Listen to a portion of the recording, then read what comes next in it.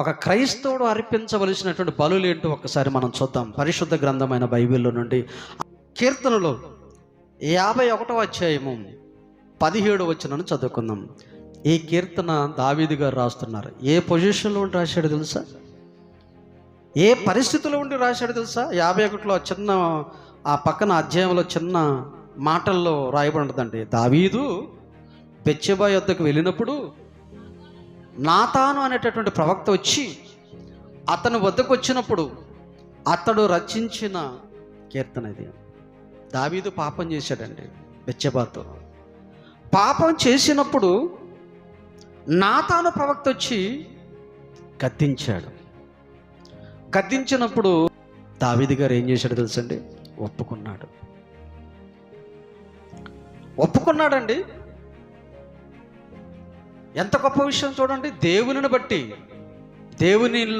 దేవుని భయం తనలో ఉండటాన్ని బట్టి గద్దించగానే నిజంగా దావీదు కూడా లోబడిపోయాడండి, భయపడిపోయాడండి, ఒప్పుకున్నాడండి.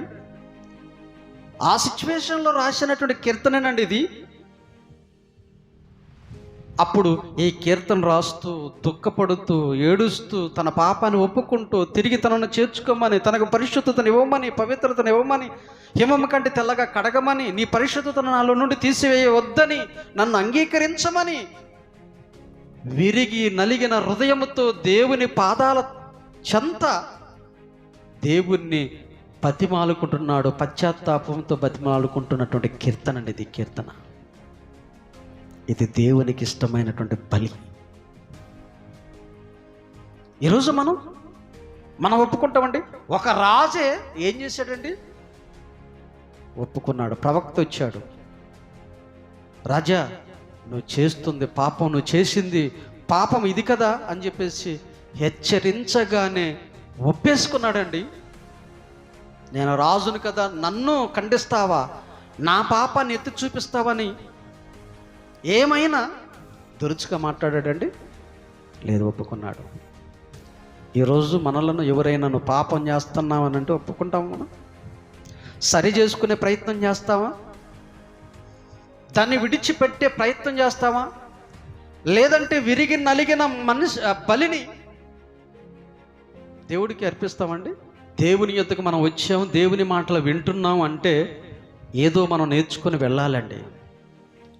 నేర్చుకోవటం మాత్రమే కాదు, కానీ అది మన అనుదిన జీవితంలో దానిని నెరవేర్చే వారంగా మనం ఉండాలండి.